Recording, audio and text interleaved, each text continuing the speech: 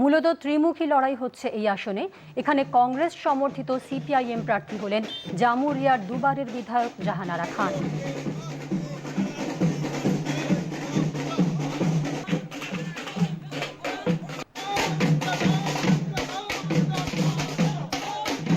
এই এলাকাতে 10 বছর ধরে আমাদের এলাকার ডেভেলপমেন্ট কাজ সেভাবে হয়নি।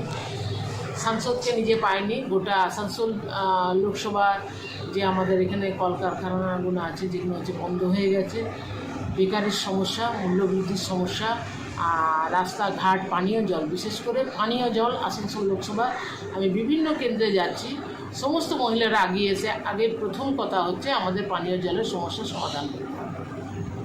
ফলাফল আশাবাদী। মানুষ যেভাবে যেদিন থেকে নমিনেশন হয়েছে সেই দিন থেকে আমি প্রত্যেকটা এলাকাতে পায়ে হেঁটে করে ঘুরছি, প্রত্যেক জায়গাতে মানুষের অভূতপূর্ব সাড়া পাচ্ছি।